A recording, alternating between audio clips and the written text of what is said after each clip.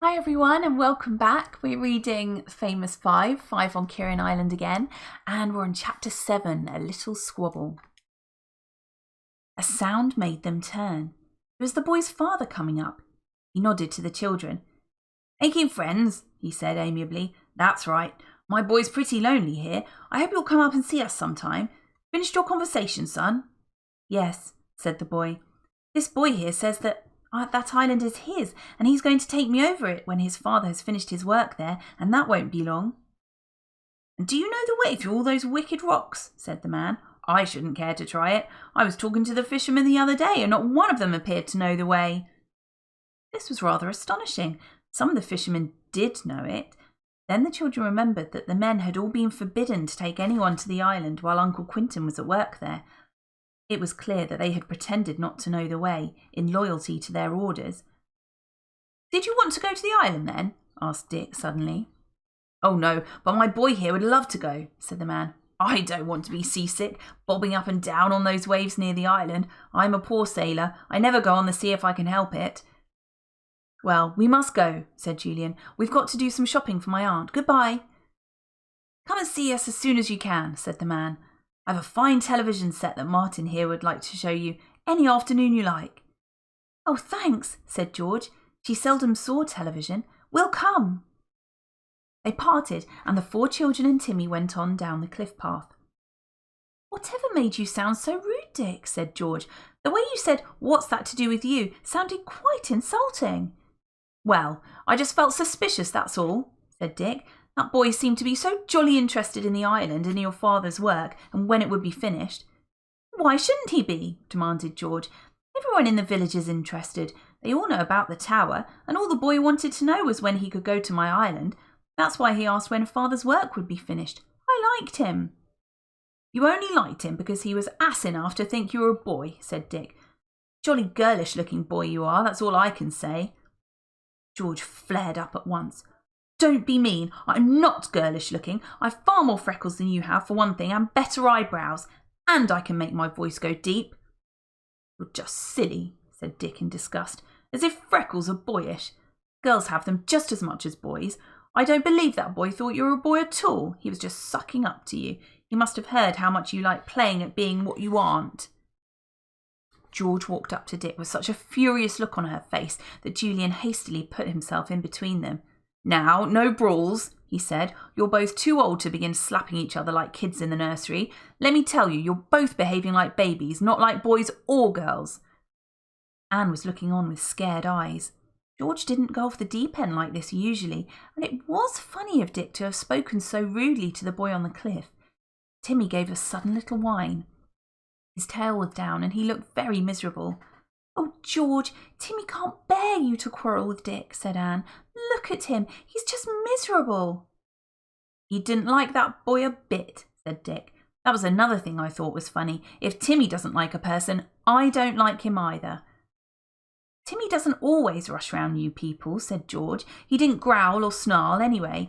All right, Julian, I'm not going to start brawling, but I do think Dick is being silly, making a mountain out of a molehill, just because someone was interested in Kirrin Island and father's work, and just because Timmy didn't caper all round him. He was such a solemn sort of boy that I'm not surprised Timmy wasn't all over him. He probably knew the boy wouldn't like it. Timmy's clever like that." "Oh, do stop," said Dick. "I give in, gracefully. I may be making a fuss, probably am. I couldn't help my feelings, though." Anne gave a sigh of relief. The squabble was over. She hoped it wouldn't crop up again. George had been very touchy since she had been home. If only Uncle Quentin would hurry up and finish his work, and they could all go to the island as much as they liked, things would be all right. "I'd rather like to see that television set," said George. "We might go up some afternoon."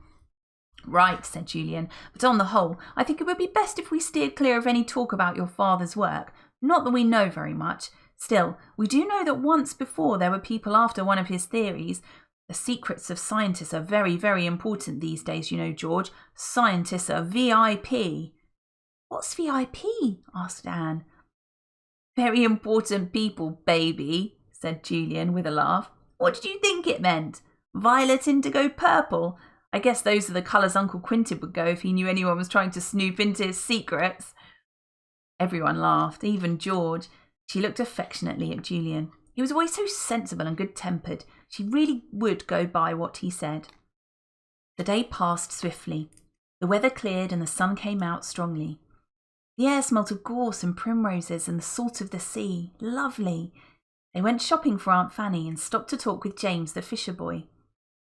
"Your father's got the island, I see," he said to George with a grin. "Bad luck, miss. You'll not be going over there so often, and nobody else will either, so I've heard." "That's right," said George. "Nobody is allowed to go over there for some time.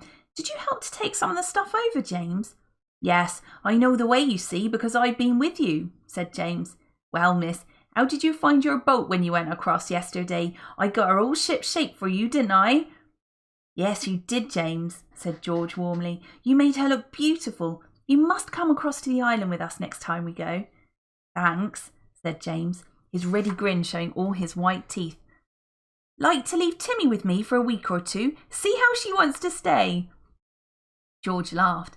She knew James was only joking. He was very fond of Timmy, though, and Timmy adored James. He was now pushing himself hard against the fisher boy's knees and trying to put his nose into his brown hand. Timmy had never forgotten the time when James looked after him so well. The evening came and the bay was softly blue. Little white horses flecked it here and there. The four gazed across to Kirrin Island. It always looked so lovely at this time of the evening. The glass top of the tower winked and blinked in the sun. It looked almost as if someone was signalling, but there was no one in the little glass room. As the children watched, they heard a faint rumbling sound, and suddenly the top of the tower was ablaze with a curious glare. "Look, that's what happened yesterday," said Julian in excitement. "Your father's at work all right, George. I do wonder what he's doing." Then there came a throbbing sound, almost like the noise of an aeroplane, and once more the glass top of the tower shone and blazed as the wires became full of some curious power. "Weird," said Dick. "A bit frightening too. Where's your father at this very moment, I wonder, George? How, I'd like to know." "I bet he's forgotten all about meals again," said George. "Didn't he wolf our sandwiches? He must have been starving. I wish he'd let Mother go over there and look after him." Her mother came in at that moment. "Did you hear that noise?" she said. "I suppose that was your father at work again. Oh dear, I hope he doesn't blow himself up one of these days." "Aunt Fanny, can I stay up till 10:30 tonight?" asked Dan, hopefully, "to see Uncle Quintus signal, you know." "Good gracious, no," said her aunt. "No one needs to stay up. I'm quite capable of watching for it myself."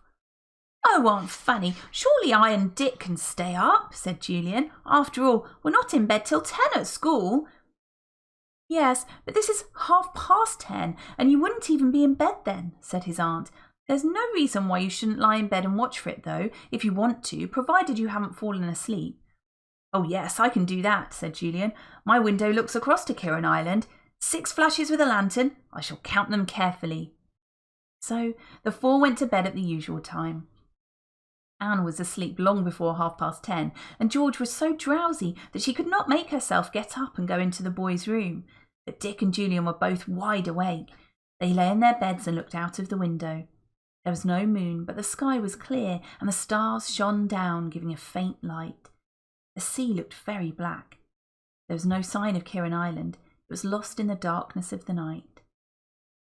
"Almost 10:30, said Julian, looking at his watch, which had luminous hands. "Now then, Uncle Quintin, what about it?" Almost as if his uncle was answering him, a light shone out in the glass top of the tower. It was a clear, small light, like the light of a lantern. Julian began to count. 1 flash. There was a pause. 2 flashes. Another pause. 3, 4, 5, 6. The flashes stopped. Julian snuggled down into bed. "Well, that's that. Uncle Quintin's all right. I say, it's weird to think of him climbing that spiral stairway right to the top of the tower in the dark of night, isn't it? Just to mess about with those wires."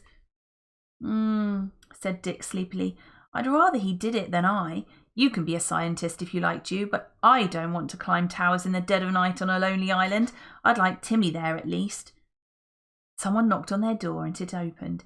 Julian sat up at once. It was Aunt Fanny. "Oh, Julian dear, did you see the flashes? I forgot to count them. Were there 6? Oh yes, Aunt Fanny, I'd have rushed down to tell you if anything was wrong. Uncle's all right, don't you worry. I wish I'd told him to do an extra flash to tell me if he's had some of that nice soup, said his aunt. Well, good night, Julian. Sleep well. And that's the end of chapter 7. Thanks very much for watching. See you next time.